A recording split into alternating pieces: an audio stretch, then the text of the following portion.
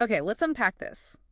Think back maybe to the Cold War anxieties, Or there's movie scenarios like Doctor Strangelove or War Games. Right. The big fear was pretty straightforward back then. Yeah, nuclear war, Hmm. ballistic missiles, bombers, mutually assured destruction, MAD. But now, well, now the whole threat landscape just feels different, doesn't it? It does. It feels more complicated. Those old fears haven't gone away entirely, but they're being layered over with new concerns. Exactly. It's not just about the boom anymore. Now it's about speed, unpredictability. New tech is changing the game. And that brings us to hypersonic missiles, which keep popping up in the news. Right. And you hear these rumblings, these stories that the U.S. might actually be, well, lagging behind Russia and China in this area, which understandably makes people nervous. Sure. It raises a lot of questions. So that's our mission for this deep dive. We want to get a really clear picture. Mhm. What are hypersonic missiles? Why do they matter now?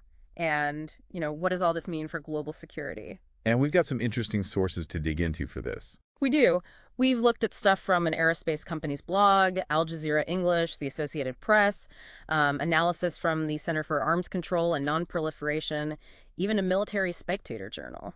A pretty good mix. Yeah, it gives different angles. You can sort of see this as the latest chapter in that long, long history of countries trying to get a technological edge, strategically speaking. Okay, so let's start with the basics. Yeah. This term, hypersonic missile, what does hypersonic actually mean? Well, technically, hypersonic just means anything going Mach 5 or faster, 5 times the speed of sound. Mach 5. How fast is that in, normal terms? Al Jazeera broke it down. It's about 3,800 miles per hour, give or take. Right. Or maybe easier to picture, it's like 1.7 kilometers every single second. Wow. Okay, that is seriously fast. But hang on, don't traditional ballistic missiles like ICBMs already go that fast?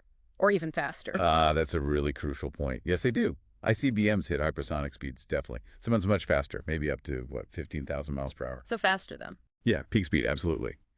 But the key difference with these new hypersonic weapons isn't just the top speed. It's really about maneuverability and the flight path. Maneuverability. How so? Okay, think about an ICBM.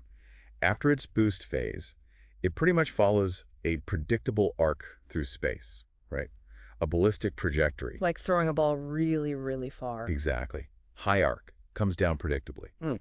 But some of these new hypersonic weapons, they can change direction during flight in the atmosphere. So they can dodge, weave. Pretty much. Imagine trying to shoot down something that isn't flying straight, that can suddenly veer off course.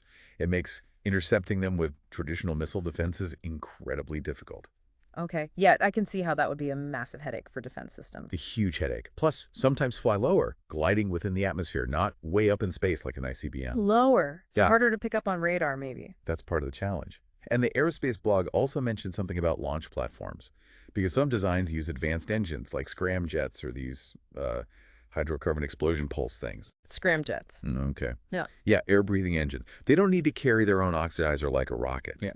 So potentially, they could be smaller, launched from aircraft, maybe even smaller rockets, more mobile, harder to find before they even launch. That just adds another layer of difficulty for early warning, doesn't it? It absolutely does. Significant challenges for detection, for tracking the whole chain. And, that aerospace blog piece, it mentioned a Reuters report from back in October 2021. What was that about? It was apparently the first time the U.S. government officially confirmed a Chinese hypersonic test.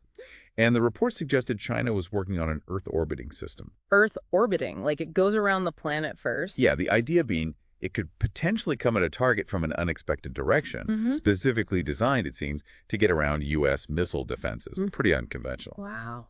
Orbiting. That's different. And the source contrasted that with ICBMs again, right? Even though ICBMs are fast, maybe carry multiple warheads, MIRVs, that path is still set after launch. Right. Set and predictable.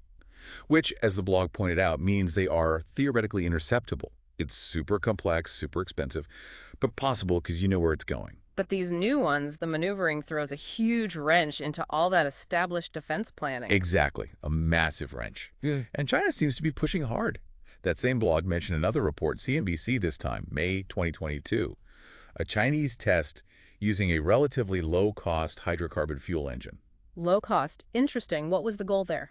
Apparently, the aim is to be able to hit moving targets at Mach 5 using motion sensors. Motion sensors. Why? Well, at those speeds, the heat friction is immense.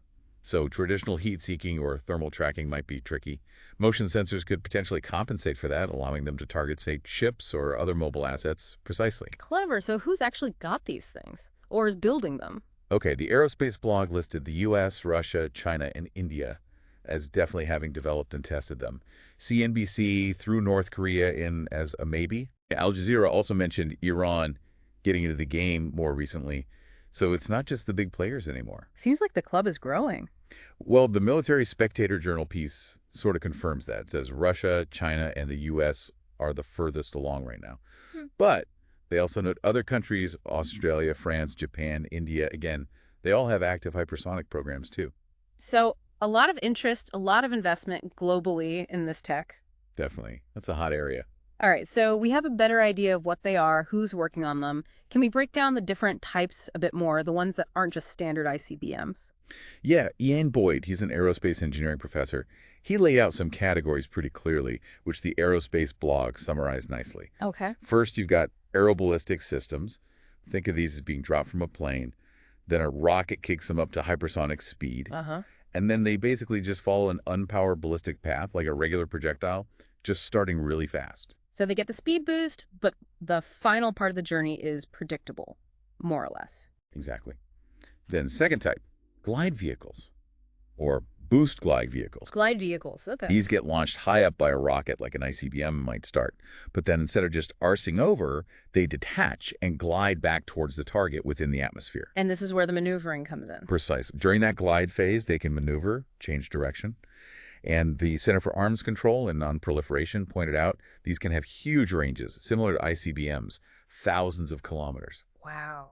So ICBM range, but unpredictable path. That does sound like a very tricky threat to deal with. It really is. And then the third main type is hypersonic cruise missiles. Cruise missiles, but hypersonic. Right. They get boosted up to speed initially, maybe by a rocket, but then they switch on a special engine, usually a scramjet. That word again. Yeah, it's basically an engine that scoops up air at hypersonic speeds to burn fuel, so it can sustain that Mach 5 plus speed for potentially a long time, flying like a very, very fast airplane or traditional cruise missile. And who's working on those? China and the U.S. are both known to be actively developing scramjet-powered hypersonic cruise missiles. It's a major focus. Scramjet? Still sounds like sci-fi. So clearly the U.S. isn't just sitting back. What's the latest on their own programs? And crucially, what about defending against these things? Yeah, the U.S. is definitely active. That aerospace blog mentioned a test, kind of kept quiet, of the HAWC, the hypersonic air-breathing weapon concept. That was back in March 2022. HAWC. Okay. It was a Lockheed Martin missile launched from a B-52 bomber, hit speeds over Mach 5 using a scramjet. So they're proving the tech. Keeping it quiet probably tells you something about how sensitive this all is. Oh, absolutely. And besides offense, there's a huge push on defense. Back in November 2021, Reuters reported the Pentagon gave contracts to Northrop Grumman, Lockheed, The Raytheon, big defense players. yep, for something called a glide phase interceptor. The idea is to develop interceptors that can actually hit these maneuvering glide vehicles while they're gliding in the atmosphere. Intercepting something maneuvering at Mach 5 plus in the atmosphere. That sounds incredibly difficult technically. It's a monumental challenge. They need incredibly advanced sensors, tracking, guidance, probably relying heavily on satellites. But the commitment seems serious. Any more recent developments on that? Yeah, in June 2022, Raytheon and Northrop Grumman got follow-on contracts from the Missile Defense Agency, MDA, to keep developing these interceptor concepts, tens of millions each, just to continue the work. Okay, so the money is flowing. What's the big picture budget-wise for all this hypersonic work in the U.S.? Can't be cheap. Not even close. According to a Congressional Research Service report from May 2022, the Pentagon asked for $4.7 billion just for hypersonic R&D for fiscal year 2023. Billion. With a B. With a B. Yeah. And that was up from $3.8 billion the year before.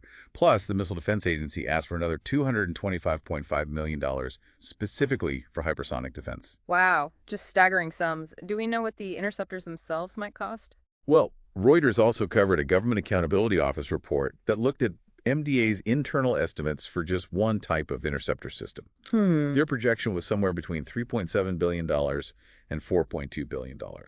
Again, with a B. And that was assuming they got accelerated funding to speed things up. So billions upon billions just for defense, on top of the billions for offense. Pretty much. Yeah. Congress was looking at adding funds in the 2023 budget to accelerate it, though it wasn't final when that report came out. And, as Reuters dryly noted, it's billions in potential revenue for the contractors involved. A supreme example of understatement, they called it. You can say that again. Okay, so huge investment, complex tech. Let's circle back to the core concerns. What makes these things so worrying, beyond just the raw speed? The Center for Arms Control and Non-Proliferation really nailed this. They argue that, yes, speed matters, but the distinct challenge, the thing that really changes the equation, is their ability to evade defenses. Yeah. Specifically mid-course and terminal defenses. Same in maneuver. Because they maneuver unpredictably. Existing systems are largely built assuming a ballistic trajectory. These weapons break that assumption. Right. Knowing something's coming fast is one problem. Not knowing exactly where it'll be second by second, that's a whole different level of hard. So how does this mess with, strategic stability? Well, the Military Spectator Journal makes a strong case that these weapons are inherently destabilizing. First off, the speed dramatically cuts down reaction time. How much? We could be talking minutes. Seriously shortening the window for decision makers to figure out what's happening and respond. This ramps up the risk of mistakes, misinterpretations. Minutes. Wow, that sounds incredibly dangerous. Not much time for checks and balances or calling back, is there? Not at all. And this pressure cooker environment raises the odds of someone adopting a use-or-lose posture. Meaning? Meaning, if you think a hypersonic attack is imminent, you might feel pressured to launch your own weapons first before theirs arrive and potentially take out your ability to retaliate. It encourages preemptive thinking, which is incredibly risky. A recipe for accidental war, almost. It increases that risk, certainly. Plus, as we said, existing missile defenses are seriously challenged, potentially making countries feel more vulnerable. And you mentioned Russia and China might see these as a way to counter U.S. and NATO missile shields and boost their own A2AD. Anti-accessory denial, That's a key motivation, according to the journal. They want to neutralize the advantage those defenses give the U.S. and its allies. Basically make it riskier for forces to operate near their territory. Got it. And there's another really tricky part, dual capability. Meaning they can carry conventional or nuclear warheads? Exactly. Russian and Chinese systems are often designed that way. And if nuclear and conventional missiles are mixed under the same command, how does an early warning system tell the difference when one's detected heading your way? You can't, can you? Not immediately. Probably not reliably, no. That ambiguity is hugely dangerous. Do you assume the worst and potentially escalate to nuclear levels based on a conventional attack? Or assume it's conventional and risk getting hit by a nuke? That's a terrible dilemma. So it's not just a tech race, it's creating this fog of uncertainty. The journal called it a triangular arms race, right? U.S., Russia, China. That's the term they used. Each side watching the others reacting, developing, counter-developing. Yeah. A classic arms race dynamic, just with incredibly advanced, fast tech. Which brings up a fundamental question. With all this new hypersonic stuff, what happens to nuclear deterrence, the old main D doctrine? Is it still the bedrock? That's a huge debate right now. The Airspace blog touched on it. They mentioned the argument. You often hear it from groups like Legion.org, that the U.S. nuclear arsenal has actually kept the peace, relatively speaking, since World War II. The paradoxical peace through terror idea. Right. That mutual destruction threat prevented great power war.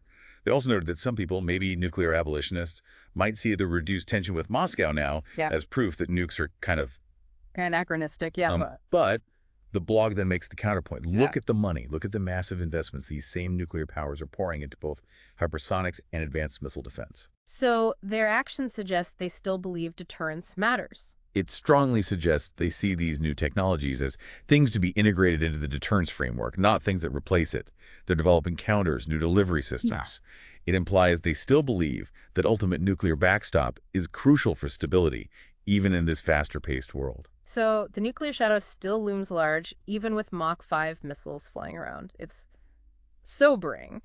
Now, connecting this to the here and now, there's a breaking report from AP News today, April 24th, 2025, about Kyiv. Yeah, I saw that. A very stark reminder of ongoing conflicts. A massive Russian strike, tragically killing 9 people, injuring many more. Just awful. And President Zelensky had to cut his trip short because of it. The report specifically said ballistic missile attack. It did. And while it didn't say hypersonic, you read that, and given everything we've just discussed about Russia's development in this area, well, it certainly feels relevant, doesn't it?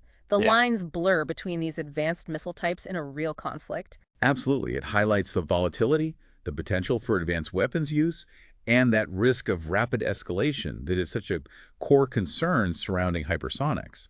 It makes the theoretical dangers feel very real. So let's try and wrap this up, pull the threads together. Hypersonic missiles. They're a serious evolution in weapons tech. Speed is one thing, Mach 5 plus. But the maneuverability is really the disruptive part, the ability to potentially sidestep existing defenses. That's the game changer. And remember, even though traditional ICBMs might hit higher peak speeds, it's that unpredictable flight path of these newer weapons.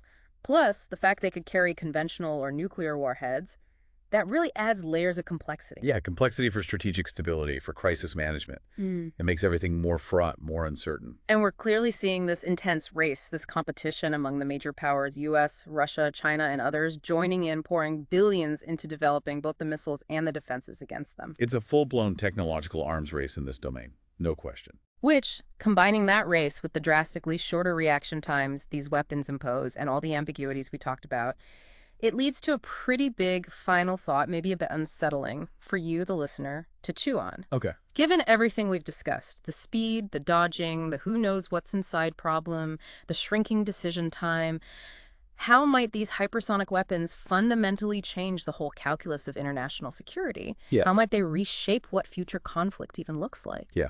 It definitely feels like a critical area of technology in a strategic situation that we're all going to need to keep a very, very close eye on as it continues to unfold.